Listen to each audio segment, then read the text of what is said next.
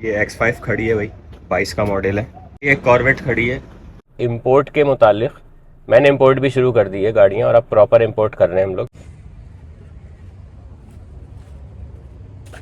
अस्सलाम वालेकुम viewers, welcome back to Motorize Memories. कैसे हैं आप लोग? ठीक ठाक? मज़ा आ रहा है नहीं आ रहा? आएगा आएगा, अब तो आने वाला है मज़ा भाई।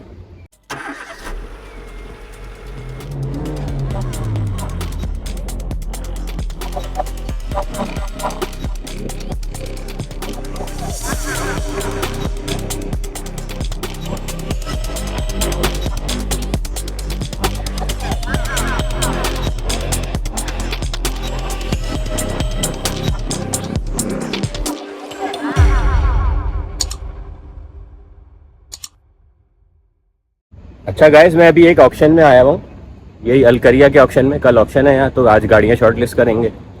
तो तकरीबन कोई 3 गाड़ियाँ देखनी है मुझे, और उसके बाद फिर बैक टू बैक गाड़ियों के कुछ ऑर्डर्स हैं जो इन्वेस्टमेंट पॉइंट ऑफ व्यू से हैं, तो वो देखेंगे।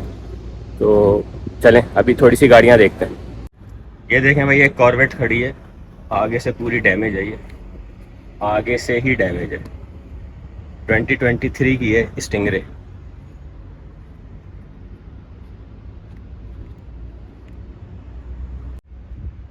ये IS 250 खड़ी है, 2014 का मॉडल है।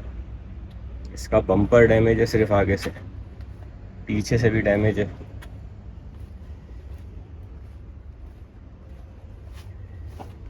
अरे वाह,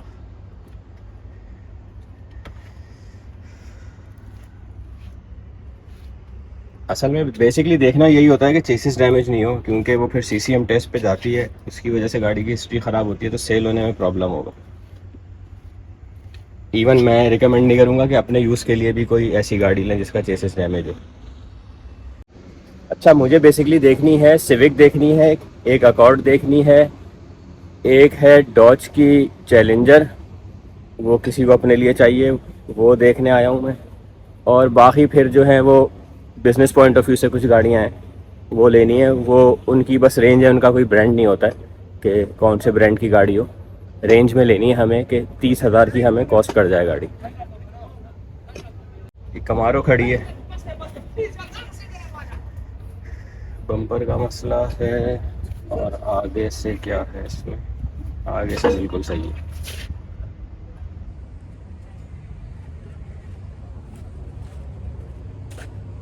सही है, सोल्ड हुई हुई है, ऑलरेडी सोल्ड।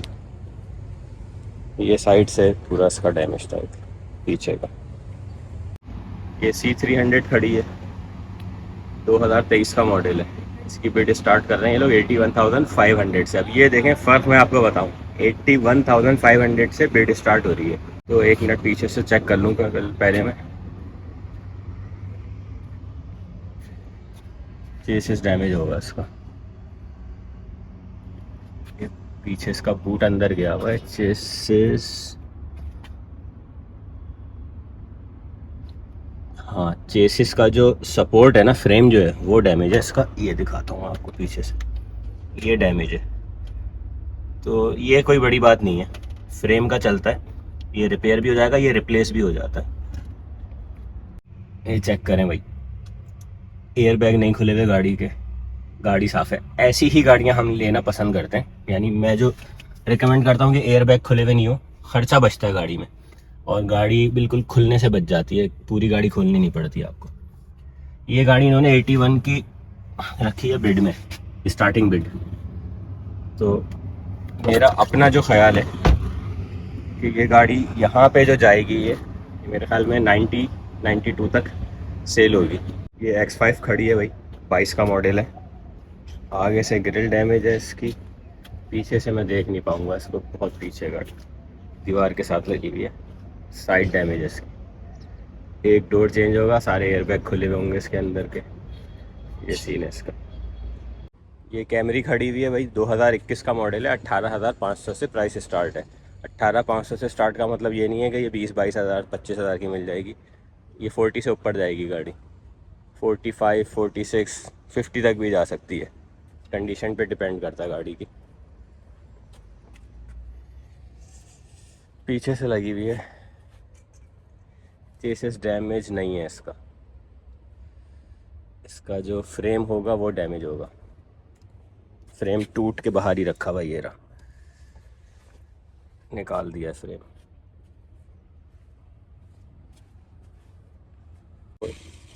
ये किया 40 खड़ी है भाई। आगे से तो देखते हैं क्या है। ओहो, काफ़ी डैमेज है। ये वाला डैमेज जो है ना काफ़ी कॉस्ट करता है। ये जिसमें टायर अंदर हुआ हुआ होता है ना, तो इसमें बेसिकली होता क्या है कि गाड़ी का जो नीचे का फ्रेम है, चेसिस के साथ जो फ्रेम लगा हुआ होता है आगे का, 2 फ्रेम होते हैं गाड़ी में, एक आगे का होता है एक पीछे का होता है। तो जो आगे का फ्रेम है इसका वो भी डैमेज हो सकता है। तो अगर खुदा ना खास्ता डैमेज हो ना इसका फ्रेम गाड़ी का, ये जो भी साइड टायर अंदर गए होते हैं उसका फ्रेम डैमेज होने की प्रोबेबिलिटी बहुत ज़्यादा होती है। तो अगर वो डैमेज है तो उसका आप जहन में रखें कि एडिशनल ख़र्चा जो है वो तकरीबन 1500 से 2000 दरम का है, सिर्फ नीचे के फ्रेम का। तो बस वो कंसिडर करते हुए उसकी बिड करें। अब जैसे इसकी इन्होंने ख़ुद से ही प्राइस 15,500 रखी हुई है। 19 का मॉडल है ये और 134 चली हुई है ये गाड़ी। तो ये मेरे हिसाब से 15 की भी नहीं है ये गाड़ी। तो मैं 15 में भी नहीं लूँगा ये, और उन्होंने 15,500 की स्टार्टिंग प्राइस रखी हुई है। क्योंकि इस गाड़ी पे ख़र्चा है कम से कम 7,000 से, हाँ 7,000 तक का ख़र्चा है इस पर। क्योंकि किया के पार्ट्स जो हैं बनिस्बत टोयोटा और निसान के थोड़े कॉस्टली हैं। एयर बैग भी खुलेंगे इसके। ये भाई RX 350, ये एक हमारे जानने वाले हैं, उनको चाहिए, तो मैंने कहा चलें ये भी दिखा देता हूँ। अगर उनको लेनी हो तो वो आ सकते हैं, कल ऑक्शन है यहाँ पे, ठीक है। तो ये मॉडल है जनाब 19 का। उनको भी 17 या 16 की चाहिए, 19 को अगर देखना चाहें तो देख लें। वो 43,500 से स्टार्ट है इसकी बिड और 1,26,000 इसकी माइलेज है। मेरे हिसाब से ये गाड़ी मैं अभी बता देता हूँ आपको कितने की ले सकते हैं। ख़र्चा इसमें एक लाइट नहीं है इसकी, ठीक है, नहीं चेसिस सही है इसका, चेसिस में कोई इशू नहीं है, फ्रेम भी सही है बिल्कुल, चेसिस और फ्रेम दोनों सही हैं इसके। रेडार भी अवेलेबल है, ये लिखा हुआ है इन्होंने, क्योंकि रेडार ही इसका काफ़ी महंगा है। तकरीबन 4,500 दरम का रेडार आएगा इसका अगर आप लेने जाए तो। एयर बैग खुले हुए हैं इसके, 1 2 3 4 5 6 सारे खुले हुए हैं भाई, आगे से लेके पीछे तक। इसकी रिपेयरिंग आप रख लें तकरीबन 2,000 दरम सही से बंद कराने का, प्रॉपर प्रोग्रामिंग के साथ। अच्छा गाइस, मैं वापस आ गया हूँ ऑक्शन से, और मैं वहाँ पे वीडियो इसलिए नहीं बना पाया कि गर्मी बहुत है। तो तकरीबन 3 दफ़ा मेरा फ़ोन जो है हीटअप हो गया है, और हीटअप हो जाता है तो वीडियो नहीं बना सकते आप। तो इस वजह से मैं 3 दफ़ा मैंने पॉजेस लिए वीडियो बनाने के लिए, लेकिन नहीं बना सका। अच्छा, इन्फॉर्मेशन जो है ना लोगों को बड़ी गलत सी प्रोवाइड की जाती है। अभी मुझे थोड़ा सा एक चीज़ पे डाउट था, और मुझे पता था कि वो लोग गलत बोल रहे हैं ये, तो मैं इन्वेस्टिगेट करता हूँ किसी भी चीज़ को, कि यानी कंफर्म करने के लिए कि ये गलत कह रहा है और गलत ही कह रहा है। तो एक बहुत बड़ा ऑक्शन सेंटर है जो अपने आप को मेरे ख्याल में क्लेम करते हैं कि यहाँ के सबसे बड़े ऑक्शन सेंटर, उनके पास कल मैं गया था पूरी डिटेल लेने इंपोर्ट के हवाले से। तो उन्होंने 2 चीज़ें मुझे बोली, वो डाउटफुल थी और मुझे पता था कि वो गलत बोल रहा है। एक तो उसने ये बोला कि अगर आप कोपार्ट से बाइंग कर रहे हैं तो आप गाड़ी नहीं देख सकते फिज़िकली। वो पॉसिबल नहीं है यार, गाड़ी देखे बगैर कैसे लेगा बंदा, वो भी एक कंट्री से दूसरी कंट्री आ रही है। अगर मेरा रिप्रेजेंटेटिव वहाँ पे है तो बगैर देखे मैं यानी क्यों लूँगा गाड़ी। तो ये एक मुझे डाउट था, तो उसने बड़ा क्लियर बोला। अच्छा, इसमें 2 चीज़ें होती हैं, या तो आपकी प्रोडक्ट नॉलेज नहीं है उस बंदे की जो ऑक्शन सेंटर में बैठा है, अपने यानी पूरे सेटअप के बारे में नॉलेज उसकी कम है, तो वो कुछ भी बोलेगा, यानी वो अंट की शंट मारेगा कि यार ऐसा है या वैसा है, या फिर वो झूठ बोलेगा, इंटेंशनली झूठ बोलेगा। तो इंटेंशनली झूठ वो बोल नहीं सकता, क्योंकि मेरा नहीं ख्याल कि ऑक्शन सेंटर की जो मैनेजमेंट है उसने बोला होगा उससे किस तरह से झूठ बोलो तुम। तो जब प्रोडक्ट नॉलेज नहीं होती ना आपको किसी चीज़ की, तो आप अंट की शंट मारते हो। तो उसने बड़ी अजीब स्टूपिड सी बात करी। उसने कहा कि VIN नंबर आपको जब मिल जाएगा ना गाड़ी का, तो फिर वो VIN नंबर के अगेंस्ट आपको एक पिन इशू होता है, उसके बाद आप जाके जो है गाड़ी वहाँ से देख सकते हैं फिजिकली। तो इसका तो मतलब ये हुआ गाड़ी का विन नंबर तो जब मिलेगा आपको, और पिन जब इशू होगा जब आपने गाड़ी बाय कर ली है। उसने यही कहा कि जब आप बाय कर लेंगे फाइनली तो फिर फ़ायदा क्या फिर गाड़ी देखने का यार। जब आपने गाड़ी खरीद ही ली फिर सोना है या चांदी है या सोना है या कचरा है वो आपका ही है फिर। तो ऐसा नहीं है वो, मैं क्योंकि मैं वहाँ से ख़रीद चुका हूँ और हमारा अपना रिप्रेजेंटेटिव यूएसए में गाड़ियाँ जाके पहले देखता है। इवन मैं वीडियो कॉल पे उससे गाड़ी चेक करवाता हूँ कि मुझे ये चीज़ दिखाओ, नीचे से दिखाओ, पीछे से दिखाओ, अंदर से एक एक चीज़ चेक करो। अगर उसकी खुद समझ नहीं आ रहा होता, जैसे वो अगर एक्सपर्ट नहीं है, क्योंकि जिससे हमने गाड़ी वहाँ पे चेक करवाई थी वो एक्सपर्ट नहीं था, तो वीडियो कॉल पे मैंने खुद पूरी गाड़ी चेक करी थी। तो बहरहाल वो उसने एक अंड की शंड मारी कि नहीं यार वो गाड़ियाँ तो चेक ही नहीं करने देते कोपार्ट वाले। तो ऐसा कोई सीन नहीं है भाई, गाड़ियाँ पूरी चेक होती हैं, पूरी चेक करके ही गाड़ी ली जाती है। अच्छा, दूसरा उसने एक और भंड मारा बहुत बड़ा, ये शायद इसको मेरे ख्याल में वो कह लें कि अपनी बड़ाई बयान करना नंबर 1 होने के लिए। तो उसने कहा कि जो दूसरा ऑक्शन सेंटर है ना, जो नंबर 2 क्लेम करते हैं अपने आप को, या शायद वो भी नंबर 1 ही क्लेम करते होंगे अपने आप को, तो उसका उसने कहा कि उनका भी जितनी शिपिंग है ना वो हम लोग करते हैं। हमारी जो शिपिंग कंपनी का डिवीज़न है, हम लोग उनके लिए उनकी गाड़ियों की जितनी भी शिपिंग है वो हम लोग करते हैं। वो भी मुझे बड़ा अजीब सा लगा कि यार इतनी बड़ी कंपनी वो खोल के बैठा हुआ है, वो इनसे शिपिंग करवा रहा होगा, तो वो इतना जो प्रॉफिट का कुशन है वो उसको क्यों देगा। खैर, मैं फिर उसके पास गया तो मैंने उससे जाके थोड़ी इन्फॉर्मेशन ली। उससे भी मैंने उसके बारे में पूछा कि आप लोग की व्यूइंग होती है वहाँ पे क्या फिज़िकली। उसने कहा बिल्कुल होती है, उसके बगैर हम कैसे ले सकते हैं। और दूसरा चीज़ फिर मैंने उससे पूछा कि आप लोग शिपिंग किससे करवाते हैं, क्या वो दूसरे वाले आपसे जो नंबर 1 है, नंबर 1, तो नंबर 1 वाले क्या आपसे करवाते हैं, उनके पास से शिपिंग करवाते हैं आप। तो उन्होंने कहा कि उसने कुछ नहीं कहा, वो पहले मुस्कुराया बंदा, उसने नीचे से एक ब्रोशर निकाल के मेरे हाथ में रखा, कह रहा सर ये हमारी शिपिंग कंपनी है और हम अपने लिए तो ज़ाहिर है मंगाते ही हैं, दूसरों के लिए भी मंगाते हैं हम, तो अगर आपको गाड़ी मंगानी है तो आप हमसे मंगा सकते हैं। तो ये चीज़ भी फिर कंफर्म हो गई कि वो दूसरा ये भी झूठ बोल रहा था कि हम नंबर 2 वालों के लिए भी हम शिपिंग करते हैं। पता नहीं क्यों लोग झूठ बोलते हैं यार खामखाई में। तो बहरहाल बताने का मकसद ये था कि शिपिंग हमने भी स्टार्ट कर दी है और शिपिंग का प्रोसीजर कुछ इस तरह से है, 3,000 से स्टार्ट करते हैं चलें, वरना अभी 5,000 का भी हमने यानी मैं प्रपोज़ल बना रहा था कि 5,000 से स्टार्ट करें, क्योंकि उसमें अकाउंट भी खोलना पड़ता है हमें, क्योंकि हम गाड़ी जो बिड होगी वो आपके ही नाम पे आएगी गाड़ी। तो हम गाड़ी बाय करेंगे आपके बिहाफ पे, आपका बजट होगा, इनिशियली आप हमें डिपॉजिट देंगे 3,000 दरम, आपका अकाउंट खोल देंगे हम, उसमें सब अकाउंट होगा आपका हमारे अंडर में, और आपके ही नाम पे गाड़ी आएगी।